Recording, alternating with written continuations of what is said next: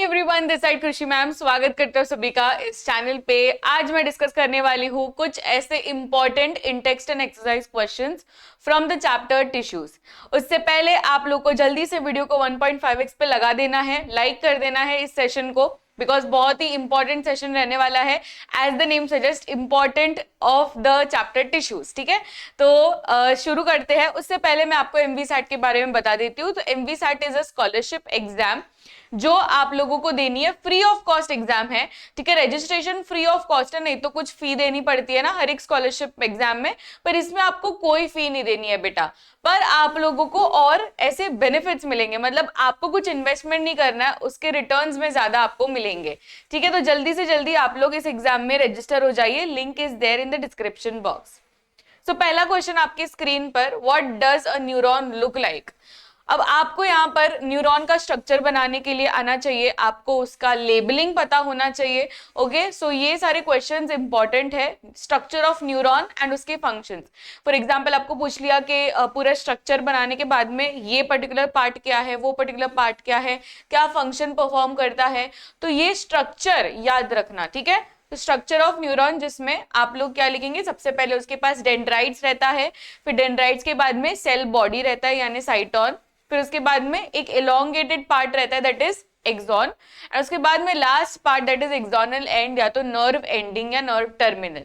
इस तरीके से ये इलेक्ट्रिकल इंपल्सेस को पास ऑन करता है। What are the constituents of phloem? अब बेटा फ्लोएम क्या रहता है? Phloem is a vascular tissue यानी conducting tissue which is a complex permanent tissue, right, जो कि करता है ट्रांसपोर्टेशन ऑफ फूड, राइट। तो यहाँ पर हम लोग यही लिखेंगे, फूड का ट्रांसपोर्टेशन करता है। पर क्योंकि यहाँ पे कॉन्स्टिट्यूएंट्स पूछा है, इसका मतलब है कि फ्लोएम कौन कौन से सेल्स से बना है।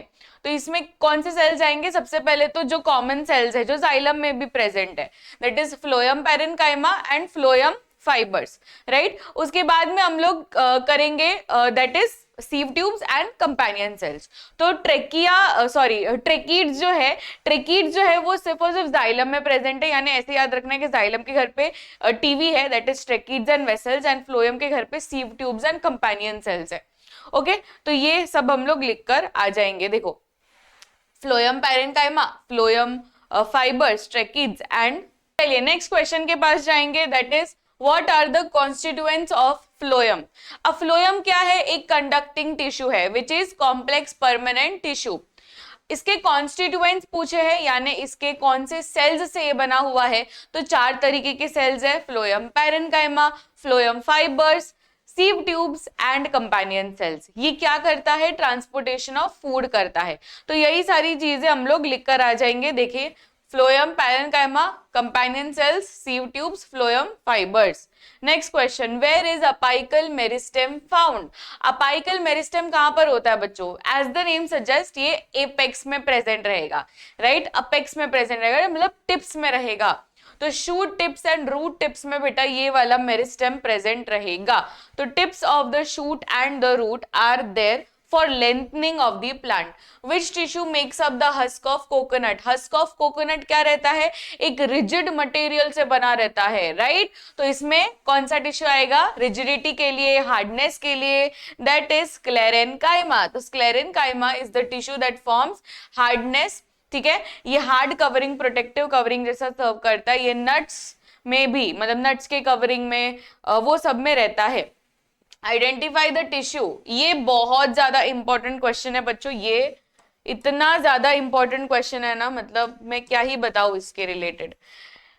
इसमें आपको लोकेशन पूछेंगे, तो एपिथेलियल टिश्यूज के लोकेशंस याद रखने हैं, बिकॉज इसमें different different types of tissue है। सिंपल स्क्वामस है, स्ट्रैटिफाइड स्क्वामस है, क्यूबॉइडल है, कॉलमनार है, राइट। तो ये सब कहाँ पे आते हैं ये पता होना चाहिए। तो सबसे पहले स्किन, तो स्किन क्या है? Stratified squamous. स्ट्रैटिफाइड स्क्वामस का मतलब क्या है? जिसमें आपको लेयर्स में रहे।